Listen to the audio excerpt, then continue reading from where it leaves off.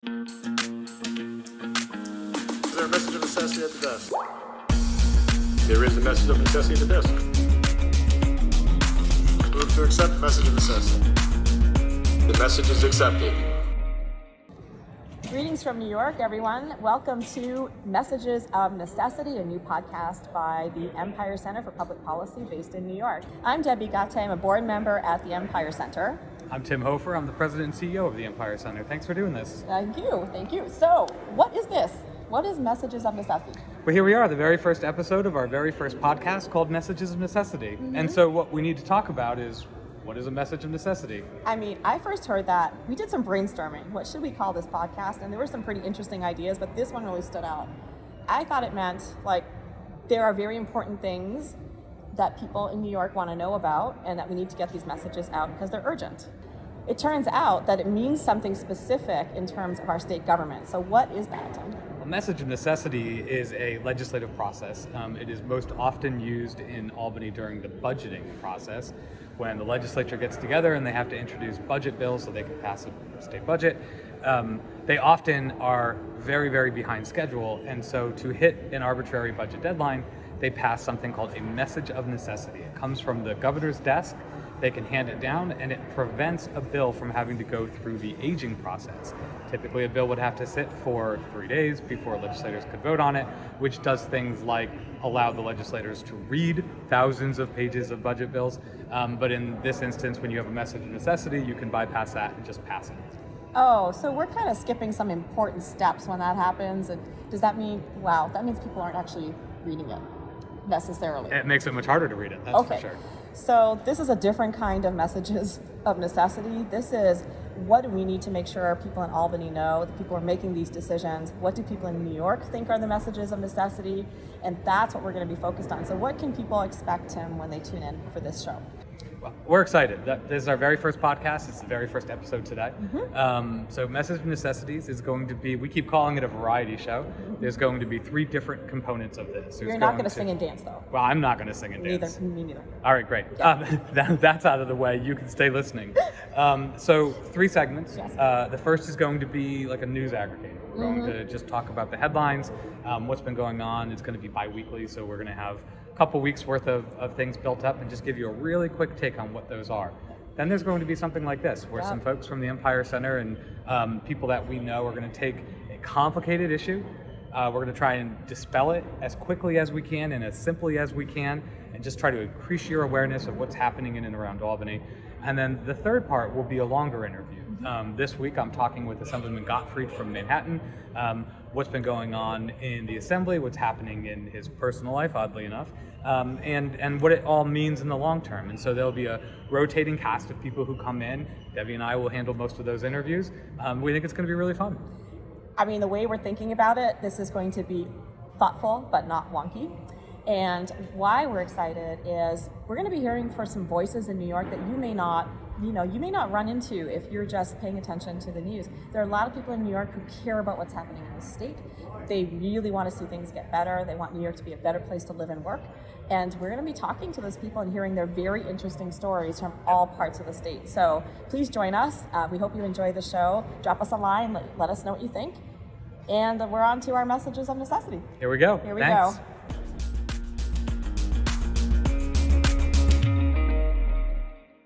Welcome to the first episode of Messages of Necessity. My name is James, and it's now my job to give you some of the news stories having the biggest impact on public policy across the state of New York. So let's dive right in. After House Speaker Nancy Pelosi announced her intent to retire from House Democratic leadership, Representative Hakeem Jeffries of Brooklyn announced that he is intending to succeed her. And on the Republican side, Lee Zeldin, who ran for governor and nearly won an upset election against Governor Kathy Hochul, seems poised to run for Republican National Committee chair. Of course, this would put the whole country in a New York state of mind. Next up, the New York Post has a story about a new report from State Comptroller Tom DiNapoli on what could possibly be the largest mishandling of state funds in state history. According to the report, $11 billion of state unemployment insurance money was stolen in the year after the coronavirus pandemic hit. We're still waiting to hear on how the state plans on recouping this money, if at all. And finally, in an interesting story from WRVO that demonstrates the strange bedfellows in New York, winemakers in the Finger Lakes are trying to pressure Governor Kathy Hochul to take action against a local cryptocurrency operation. They say the plant is impacting the way they do business because of environmental considerations. Not ironically, there's currently a 2-year moratorium against new air permits for existing cryptocurrency operations, awaiting the governor's approval or veto. Governor Kathy Hochul has yet to give an indication on how she'll come down on the measure. We'll see if all the whining is going to have an impact on the eventual crypto mining. And that's the news in New York. Until next time.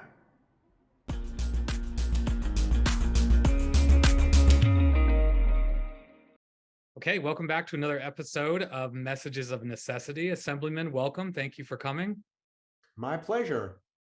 So with me today is Assemblyman Gottfried, who represents the 75th Assembly District in Manhattan. He is the longtime chair of the Assembly Health Committee, I believe, since 1987. Yes. All right. So you've been around Albany for a couple of years. I was elected in 1970, so I am finishing my 52nd year in the legislature. Are you the longest tenured member currently serving? I am the longest serving member of either house in New York State history. Okay, that's even better than I Not thought. for the other states, but for New York. Very good. But that's all about to change. What's going to happen in December? Well, on New Year's Eve, I turn into a private citizen. I am retiring from the legislature. Okay. Well, first of all, we thank you for your service. I've been around long enough to see the kind of legislator you are and the kind of work that you do on behalf of the people of New York State. And any differences you and I might have, we can appreciate the way that you serve, your intentions, and the good work that has been coming out of that. So thank you for that. Well, thank you. And I tell you, my main contact with the Empire Center over the years is with Bill Hammond. And while he and I certainly have policy differences on a lot of questions, I have just always been thoroughly impressed with his intelligence and his perception and his dedication to principle, and he's a terrific journalist and does terrific research, and you're lucky to have him. I could possibly agree more. So thinking about your tenure, and we're going to circle back to a couple of those points you just made, maybe in a couple minutes, but I want to give you a chance to be reflective about your time in the legislature. And so 2 questions related to that. First, you must have a best favorite success. What is it? What's the thing that you'll look back on come January and be the most proud of?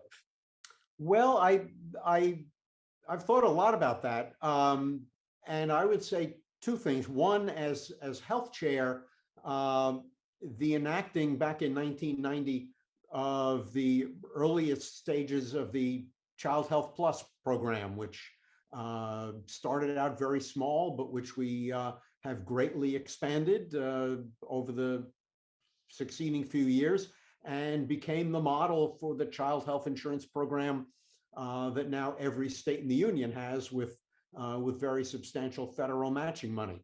I think as health chair, that's the thing I'm proudest of many things. As a legislator in general, one of my other proudest achievements is sponsoring and helping to write the legislation creating the Hudson River Park on the west side of Manhattan. Yeah, and maybe the thing that I left off of your introduction is that in addition to being revered and respected in New York, you've sort of become a national figure on these healthcare issues, and you have driven a lot of that. And so that's important context. And anything else? You got a little bit ahead of me. Anything else in terms of things that are still on the table as you think about walking away? Well, by far the most important thing I've been working on And I would say my biggest disappointment, because it hasn't become law yet, is the New York Health Act, which is my bill to create a universal single-payer health plan for New York State. I have from the start believed that almost every problem we face in health and healthcare, as patients, as providers, as employers, as taxpayers, is made worse and harder to solve because of the way we pay for healthcare in this country and in New York. And while I wouldn't claim that the New York Health Act is the answer to every problem in the health area, I think it is the key to an awful lot of the things that beset us in health and healthcare. Yeah, well, speaking of things we might not agree on, Yes. but so I don't, certainly there's a problem and there's things to be solved. One of the reasons that we particularly sought you out to be on this show and to be the first guest for our podcast is because actually of the discourse that we've had around this issue. I've been around Albany long enough, not quite as long as you have, but I've been around Albany long enough to have seen the way that we have conversations and debates and policy discussions has changed significantly, certainly in the last 10 years, absolutely in the last 20 years or so, and I imagine even more since then. And so what I wanted to get into about that, and so we've appreciated the ability to have these conversations with you. You've participated in several of our policy debates and discussions and forums and conferences that we've had, presenting often an opposing viewpoint to what I have or what Bill has or what the Empire Center is talking about. And we've been able to do that on a very academic, cordial way in which I think we're helping to further the dialogue rather than tear it down and tear it apart.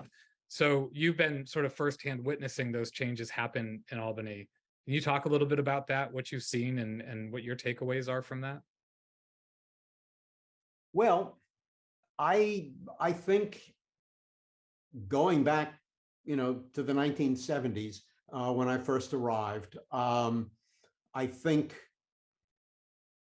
the biggest change that I think that I've seen in the legislature is that the percentage of state legislators who run for the job and stay in the job because they care about policy, as opposed to just the next rung on their political career, is a much higher percentage than when I got here.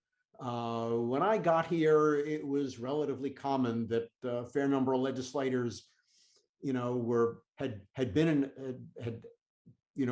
loyal parts of their local party organization. They had been an assistant district attorney. They behaved, so they got elected to the legislature. If they behave, maybe they get their ultimate life goal and become a judge. Starting in the early and mid 70s, a growing proportion of legislators are people who are in it because they really want to work on policy and affect things. And people on the right, people in the center, people on the left fit that description. And so I think in many ways, the caliber of a lot of discussions in the legislature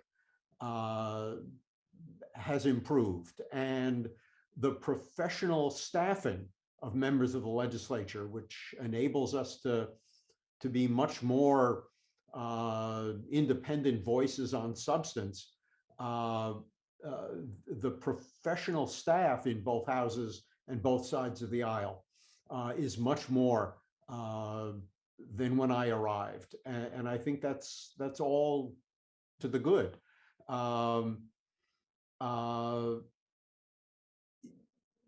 Since the 2018 election, both houses of the legislature have had very strong Democratic majorities, and we've had a Democratic governor. But in most of my tenure, we had a Democratic Assembly and a Republican state Senate. and often a Republican governor.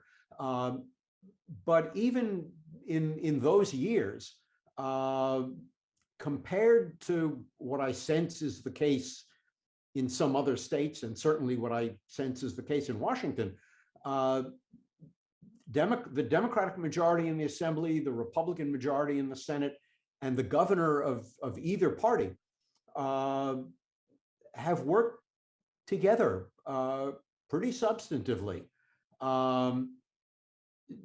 At any given moment, one governor or another might have, as we say, sharper elbows than some other governor. Not mentioning any names offhand.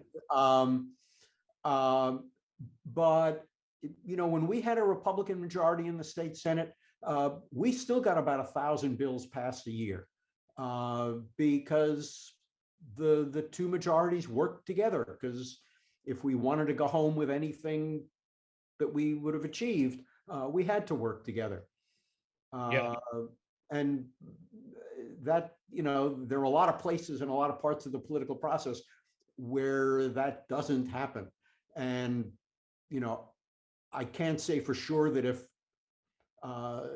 somehow we woke up tomorrow and the Republicans had a majority in the state Senate, I can't predict that we would still get along as well as we did before 2018. But certainly my experience is that from 75 through 2018, when we had that divided control in the legislature, we worked together and got a lot done. And that is maybe closer to the premise and that I was trying to get to, was this idea of being able to compromise, to work together. It feels like that's different. That's the scientific term. But it seems like the way that we communicate and think about compromise and the ability of, whether it's inter-party or intra-party or however that dynamic's going to be. And of course, there's an election next week. By the time this airs, it'll have happened already, and we don't know what'll happen, but we can be relatively sure that there's still going to be some strong Democratic majorities in the state.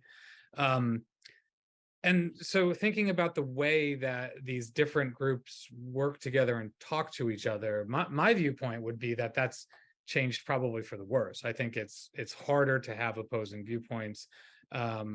Certainly at the Empire Center, we approach things from a more fiscally conservative viewpoint. And it seems like it's harder to get some of those issues aired, to be a part of that dialogue. And that when I worry about what's coming next, it's not necessarily that people are going to listen to Tim Hoefer, but rather, is there room in conversations for differing views? And so has that changed? I mean, I think that's what you're getting to also, but has that changed in a significant way?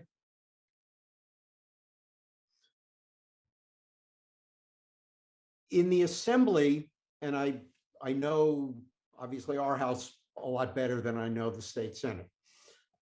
In the Assembly, I think you're right to say that there are, on the Democratic side, there are more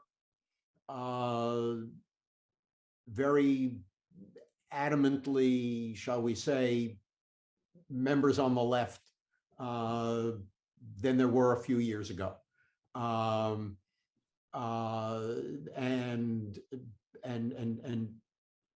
a lot of them some of them may be angrier, maybe less tolerant of less left-leaning or more moderate Democrats. I think that's probably true. I don't think it dominates our caucus or close to it, but yeah, there are some more strident voices on the Democratic side. And there are, on the Republican side, there are some members, and I think it's still a minority of members on the Republican side, who are angrier and more strident than you would have seen 4 or 5 or 6 years ago. Yeah, and I mean, so this is just the law of the squeaky wheel, right? The squeaky wheels are the ones you hear. They're making the most noise. They're the far sides of both. I think that's right. Um, but it's almost comforting to hear you talk about it being a minority of those members. And so what you don't always get to see from the outside is what the inner workings of, you talk about your caucus. And so if that's a minority member, the hope would be then that they have a minority viewpoint in what's happening through the conference, and that it is the more moderate, sort of level-headed, maybe that's not the right word, but it's Yeah. the other members who are the majority, who are getting that majority stake in the conversation and the things. Does that track? Yeah, of course, our Democratic majority in the Assembly, and this is true going back to when we first became the majority after the '74 Watergate landslide, has always been a pretty diverse group. We have quite a few members in our majority representing districts that before they got elected were reasonably safe Republican districts, and their moderate centrist politics reflects that they would not get reelected if they had the same views that I have, or that the handful of members on our side who are members of the Democratic Socialists of America, if they had those views. And the Speaker of the Assembly always has to work to make sure that our majority does its best to serve all of the members of the majority, those who are fairly strident on the left, and those who are a lot more centrist and moderate, because if not, we don't get to keep our strong majority. And so our internal discussions do tend to produce an overall package that just about everybody, at least in the majority party, can go home with. And I'm sure that was true when the Republicans had a majority in the state Senate.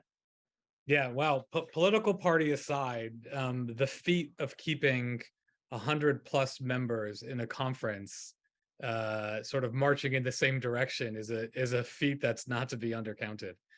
Oh yes, a job that I've never wanted, that's for sure. So all right, well, we're running low. I have 3 quick questions, and then we'll let you get on with your day. What could you name one thing that could happen, maybe not legislatively, but maybe process or even in an attitude sense, that could change, that a change that could happen in Albany within state government that would be impactful?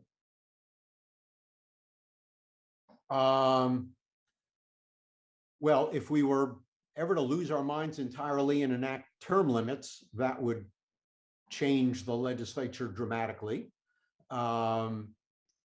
It would greatly enhance the power of the staff and of the lobbying community.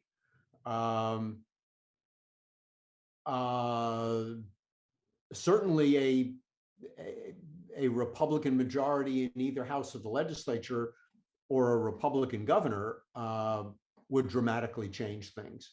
Yeah. What about, all right, more dramatically today than when George Pataki became governor.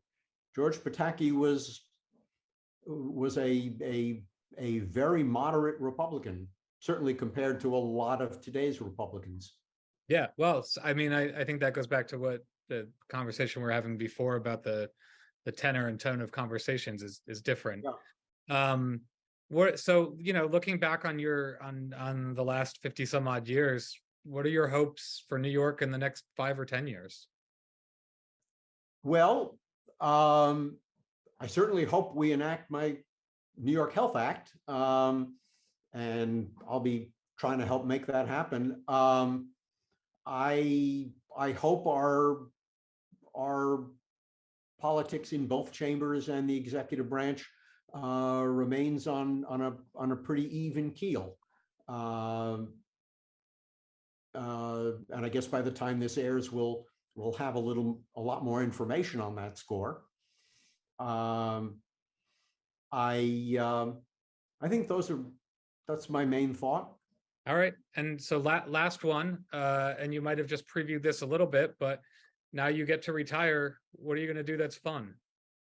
Oh, my wife and I are looking forward to doing a lot of traveling, because between her work schedule before she retired and my work schedule, we never really had much ability to go away anywhere. My two hobbies are doing Chinese calligraphy and watercolor painting, and I've already started doing a lot more of both of those. That's awesome. Well, I'll let you go. This was awesome. I wish you the very, very best in everything that's coming up. We thank you for doing this. I thank you for your leadership and your service to the state of New York. We appreciate it, and I hope we get to see you again someday. Well, thank you, and keep up your work too. Appreciate it. All right, take care. All right, thanks.